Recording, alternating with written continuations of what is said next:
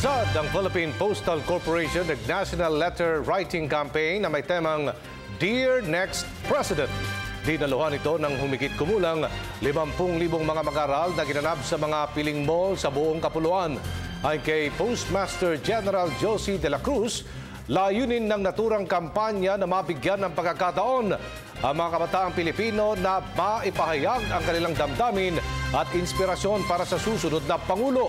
Maliban sa National Letter Writing Campaign, nagbukas din ang mga ito ng isa na may temang Power of Letter. Tapok dito ang iba't ibang klase ng mga liham mula sa mga kilalang personalidad sa showbiz, media, pamalan at akademya. Naniniwala naman ang PhilPost na magkakaroon ng panahon ang susunod na Pangulo na basahin ang nilalaman ng mga sulat. Ang naturang kampanya ay bahagi ng kanilang selebrasyon ng World Post Day na ipinagdiriwang taon-taon tuwing sasapit ang ika-9 ng Oktubre. Actually, ito ang attempt namin na patuloy na hikayatin ng ating mga kabataan to write, no? Yung art of letter writing, hindi dapat mawala yon. Dahil sa buhay natin, mahalaga pa rin na meron tayo nung kakayanan na yon.